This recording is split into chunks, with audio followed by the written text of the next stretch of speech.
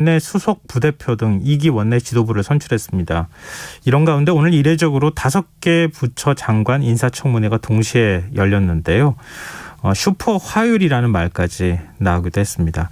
정의당은 박준영 해수부 장관 후보자, 임혜숙 과기부 장관 후보자를 사실상 낙마 예상 후보, 이른바 데스노트에 올린 상황이기도 합니다.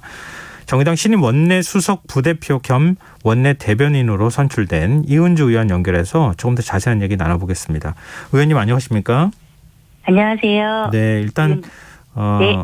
이 당직을 맡으시고 원내 수석 부대표 겸 원내 대변인으로 선출되신 점 축하드립니다. 소감 한 말씀 부탁드릴게요. 네, 감사합니다. 오늘 새롭게 정의당의 원내 협상과 원론 관계 책임지게 된 이은주 의원입니다. 개인적으로는 첫 번째 당직이고 그래서 설레기도 하고 한편으로는 막중한 책임감을 느낍니다. 정의당이 앞으로 풀어야 할 과제가 많아 보이는데요. 네. 정의당 2기 원내대표단의 최우선 과제 어떤 겁니까? 오늘 취임한 배진교 원내대표 취임 일정이 서킷 브레이크인데요. 네. 여기 이제 좀 우리 과제가 은유적으로 표현돼 있다고 생각합니다. 서킷 브레이크 과거 미국의 주가 대폭락인 블랙 먼데이 이후에 이제 시장의 붕괴를 막기 위해 도입된 제도잖아요. 네. 그래서 오늘 이 원내대표의 말에 두 가지 의미가 있습니다. 하나는 이제 사실 지금까지 그 볼모의 대결 정치로 인해서 다원성에 기반한 우리 민주주의가 붕괴되는 걸 막는 제동장치가 되겠다는 것. 둘째는 정치적 무기력과 무책임으로 인해서 사실 가뜩이나 코로나 위기로 이제 민생이 어렵잖아요. 여기 시민의 삶이 더 나빠지는 것을 막는 민생 서킷 브레이크가 되겠다는 겁니다. 그래서 브레이크는 더 안전하게 달리기 위해서 필요한 장치입니다. 그래서 과제는 무겁지만 더 앞으로 나아갈 것입니다. 네, 오늘 정의당과 국민의힘이 소상공인 손실보상과 부동산 정책에서 공감대를 나눴다고 하던데요. 뭐 여행국 대표하고 김기현 당대표 권한대행이 만나서 한 목소리를 낸 건데 향후 어느 정도 수준의 어떤 정책적인 부분에서 연대가 가능하다고 보십니까? 아직 연대 수준을 말하기는 어렵고요. 네. 하지만 그 정당 간에 협력하는 건 뭐 특별하거나 특이한 일이 아니라 민주정치에서 아주 일반적인 일이잖아요. 경쟁하면서 협력할 수 있기 때문에 사실 우린 좋은 법을 만들고 사회를 통합하고 해왔던 거죠. 그래서 문제는 무엇을 위한 협력이냐에 달려있다고 봅니다. 그래서 정의당은 가난한 시민을 위한 정당이고요. 약자들의 삶을 지키고 개선할 수 있다면 누구와도 기꺼이 협력할 수 있다는 입장입니다. 민주당은 물론 국민의힘 역시 공허한 대결 정치가 아니라 시민 삶을 개선하는 일에 나서준다면 저희는 지난 시기에 볼 수 없었던 다른 정치 그런 면모를 시민들에게 보여줄 수 있을 것이라고 믿습니다. 이게 투쟁 일변도식 정치에서 좀 벗어나서 정치력을 가지고 국회 내에서 정치력을 발휘하겠다 이런 전략이라고 봐도 되나요? 네, 그렇습니다. 지금 최근에 정부 여당을 중심으로 부동산 세제를 손질해야 되는 것 아니냐. 특히 이제 그 중심에 종부세 완화 문제가 있는데요. 정의당은 어떤 입장이십니까? 이건 뭐 보궐선거 패배 원인을 잘못 찾고 있다. 한마디로 오답노트라고 생각하는데요. 네. 이번 선거에서 시민들이 말한 거는 집권 세력의 위선 문제였습니다. 요란한 개혁론을 말했지만 개혁의 결과 눈 씻고 찾아볼 수 없었다는 거죠. 그래서 선거 이후 개혁을 포기하면서 위선을 정당화하는 건 더 큰 패배로 나가는 거라고 생각하고요. 보유세 강화 원칙은 민주당의 대선 공약이었고 정부 운영 기조였습니다. 이제 와서 이걸 뒤엎겠다는 건 책임 정치를 허물겠다는 거고요. 이런 집권당 시민들이 신뢰할 수 없다고 봅니다. 이건 민주당이 스스로 자문해 봐야 된다고 생각합니다. 1가구 1주택 세부담 완화 얘기 나오는데요. 그 부분에 대해서는 어떻게 보세요? 그 종부세, 재산세, 보유세 이건 이게 투기를 근절하고 부동산 불평등을 줄이기 위한 중요한 정책 수단이거든요. 네. 이게 효과도 보기 전에 뭐 그런 부분들을 이건 집값 폭등으로 내 집 마련의 꿈, 주거환경 개선 가능성을 잃어버린 대다수의 삶에 삶을 중요하게 생각하지 않은 아까도 말씀드린 것처럼 네. 본말이 전도된 이제 오답이라고 봅니다. 네.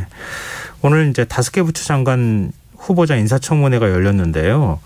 그동안에 이제 정의당이 데스노트에 올릴지 말지 이 부분에 대해서 굉장히 많은 분들이 관심을 가지지 않았습니까?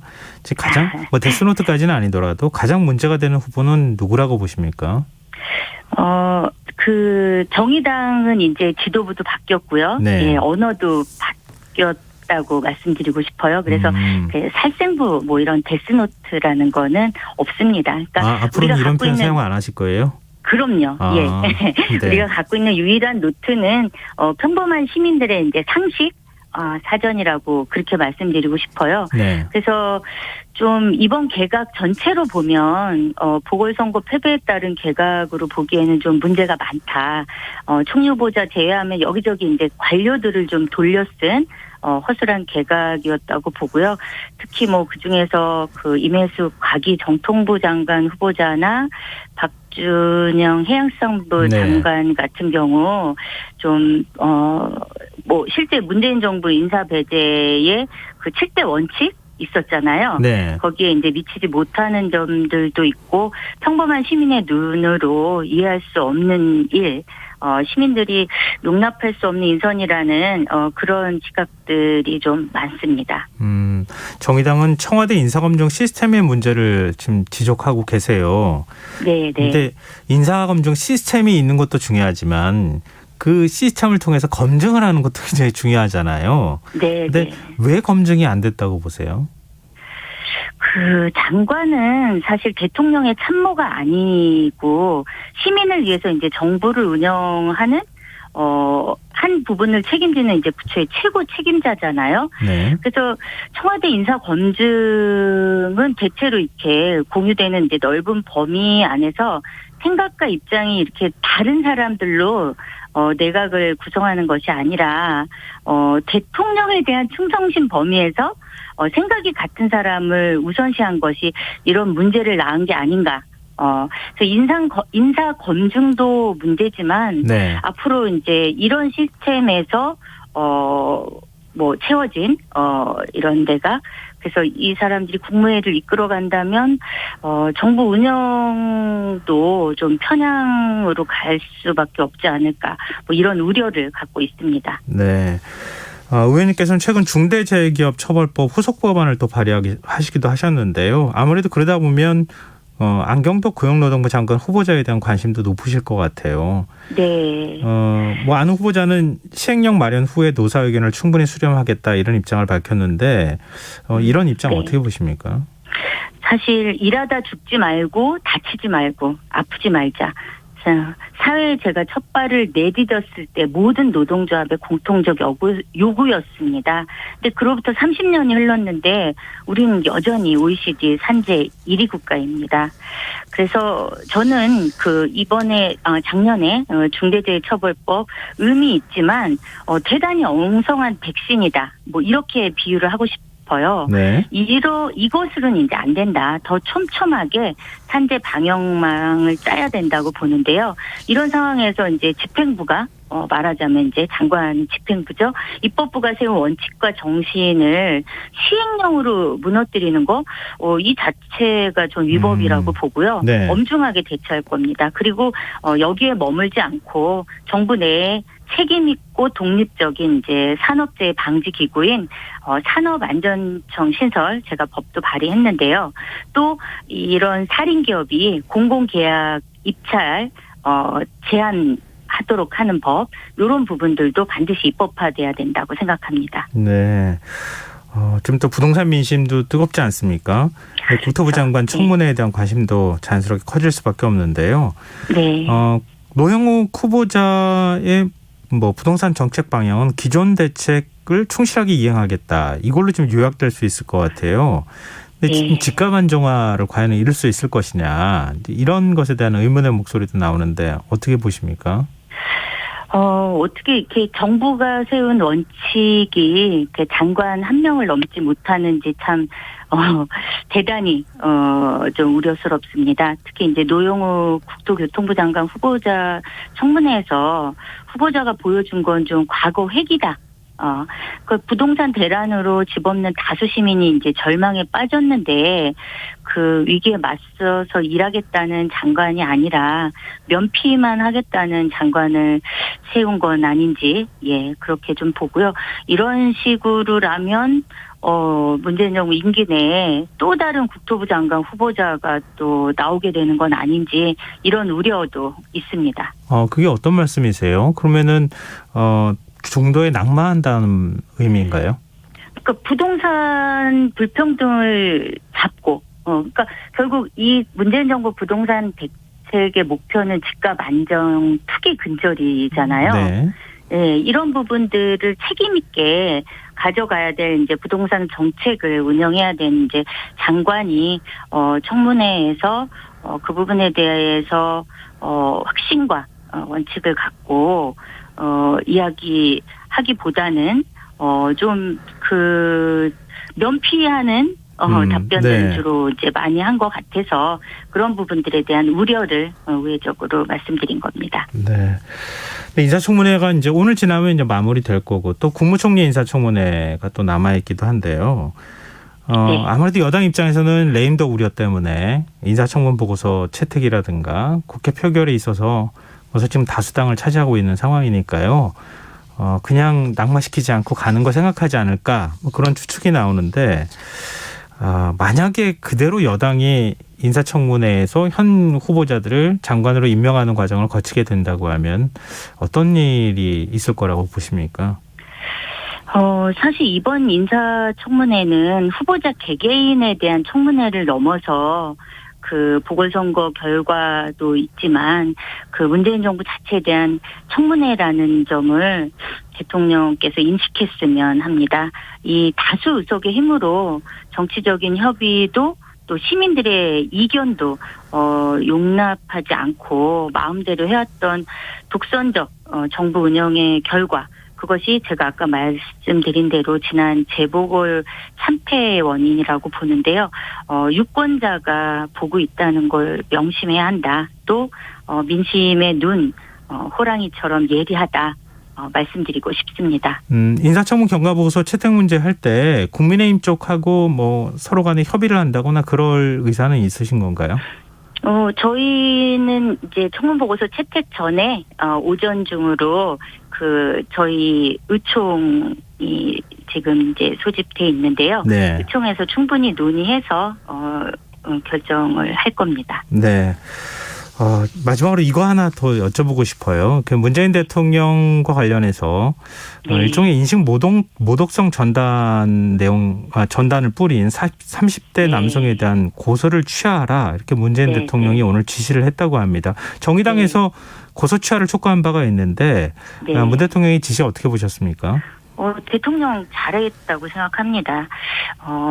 대통령이 생각해봐야 할 것은 이제 그 모욕을 이제 감내하는 게 아니라 오히려 좀 이중잣 대 선택적 정의의 문제를 좀 보고 싶어요. 왜냐하면 과거에 문재인 대통령께서는 대선 후보 경선 과정에서 자신의 지지자들이 상대 후보에게 가한 과격한 표현의 문자 폭탄에 대해서 경선을 흥미롭게 만드는 양념이라는 말로 옹호한 적이 있습니다. 네.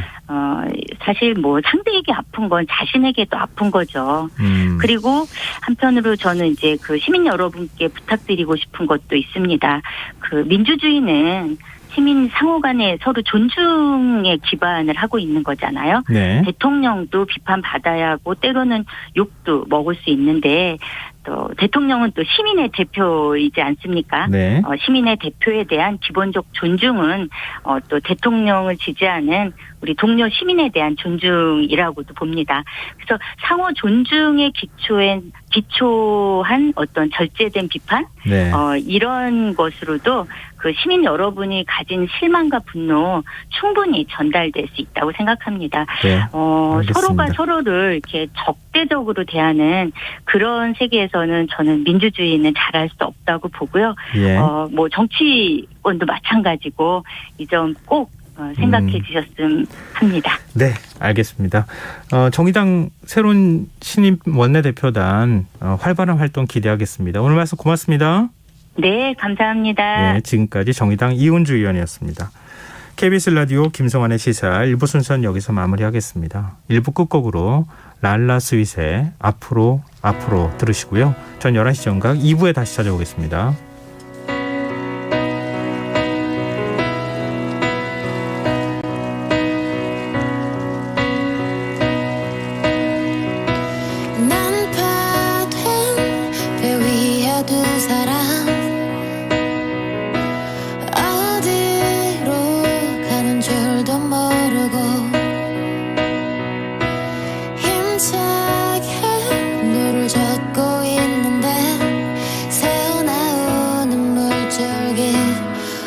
어쩌지를 못하고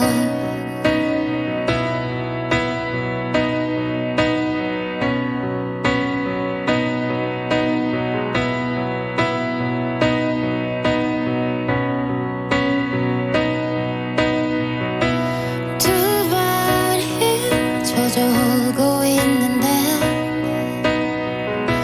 모른 척 눈을 감은 두 사람 눈앞을 스치는 작은 배 멍하니 바라보면서 앞으로 왜 가랐는지 왜 자꾸 제자리인지 지치기만 하는지 무언가 빛나는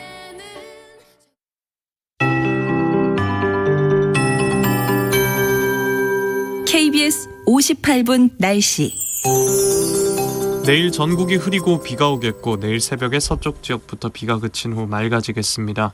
내일 새벽까지 예상 강수량은 제주도 산지에 80에서 150mm, 남해안 지리산 부근 제주도에 30에서 80mm, 수도권과 강원 영서에 20에서 60mm, 충청권, 전라권, 경상, 서해 5도에 10에서 40mm, 동해안 지역에 5에서 20mm입니다.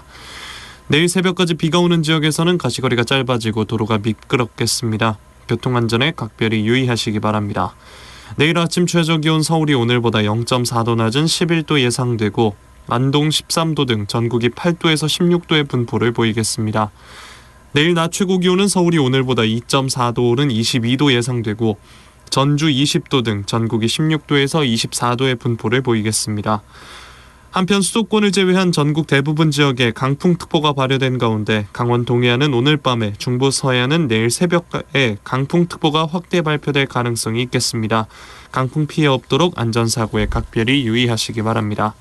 내일 전국의 미세먼지 농도는 전 권역이 보통으로 예상됩니다. 서울의 현재 기온 14.3도, 오늘 서울 지역 내린 비의 양 18.6mm입니다. KBS 58분 날씨 이우영입니다.